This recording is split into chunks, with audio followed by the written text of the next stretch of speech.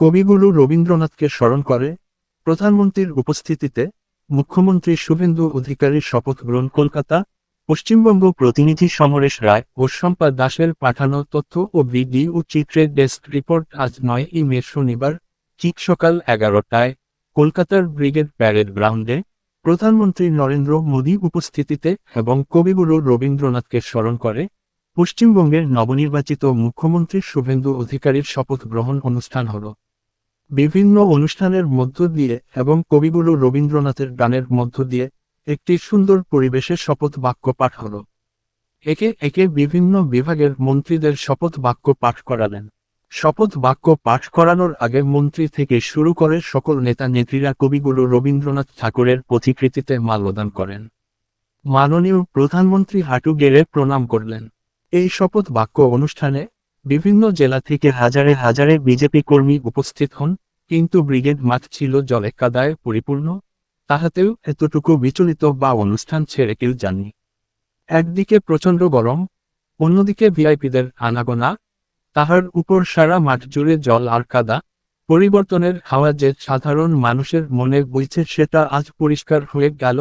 সারা brigade মাঠ জুড়ে কণ্ঠে ধ্বনিত হয়েছে জয় শ্রীরাম। সারা মাঠ জুড়ে ছিল বিভিন্ন নৃত্যশিল্পীদের অনুষ্ঠান দিয়ে ঘেরা এবং সারা মাঠের চতুর্দিকে সতর্ক দৃষ্টিতে নজর রাখছিলেন কেন্দ্রীয় বাহিনী ও পশ্চিমবঙ্গ পুলিশ অফিসারেরা, যাহাতে কোনোভাবে কোন দুর্ঘটনা না ঘটে। বিভিন্ন রাস্তা দিয়ে বিজেপি কর্মীদের প্রশাসন প্রবেশ করতে দেখা গেল।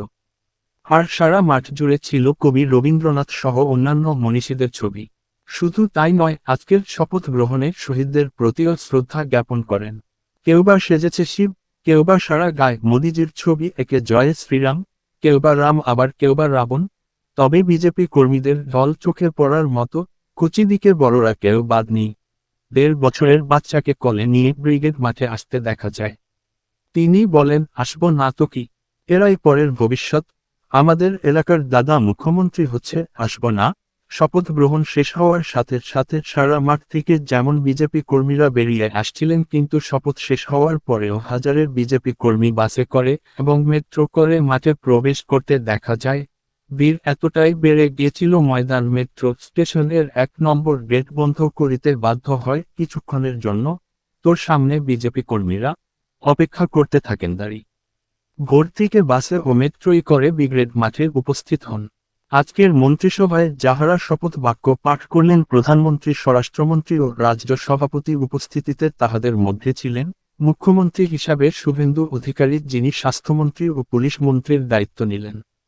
উপা গঙ্গোপাধ্যায় তথ্য সংস্কৃতি মন্ত্রী, অগ্নিমিত্রা পাল নারী ও শিশু উন্নয়ন দপ্তর, সজল ঘোষ বিদ্যুৎ ও যুব কল্যাণ দপ্তর, সুব্রত ঠাকুর সুন্দরবন উন্নয়ন দপ্তর, দিলীপ ঘোষ স্বরাষ্ট্রমন্ত্রী ও শিল্পমন্ত্রী, স্বপন দাশগুপ্ত অর্থমন্ত্রী, নিশীথ প্রামাণিক খাদ্যমন্ত্রী, অলোক দিন্দা ক্রীড়ামন্ত্রী, জগন্নাথ চট্টোপাধ্যায় কৃষি ও বনমন্ত্রী, ক্ষুদ্রনীল ঘোষ পরিবহন দমকল ও জরুরি পরিষেবা দপ্তর, তাপস রায় শিক্ষামন্ত্রীর, শঙ্কর ঘোষ উত্তরবঙ্গ উন্নয়ন মন্ত্রী, কিরণ চট্টোপাধ্যায় পর্যটন দপ্তর, প্রিয়াঙ্কা তিবরেওয়াল গ্রাম আইন ও বিচার মন্ত্রী, রেখা পাত্র দুর্গত ব্যবস্থাপনা প্রশাসনিক প্রতিরক্ষা বিভাগ, কৌশিক চৌধুরী কৃষি বিপণন বিভাগ ও কৃষি বিভাগ, speaker Rahul Sinha, deputy speaker Tapas Roy, Mamoni Bauri অনগ্রসর শ্রেণী কল্যাণ বিভাগ, দিব্যেন্দু অধিকারী সেচ ও জলপথ বিভাগ, কৌস্তভ বাগচি বিচার বিভাগ আইনমন্ত্রী, ধ্রুব সাহা তথ্য সংস্কৃতি বিভাগ,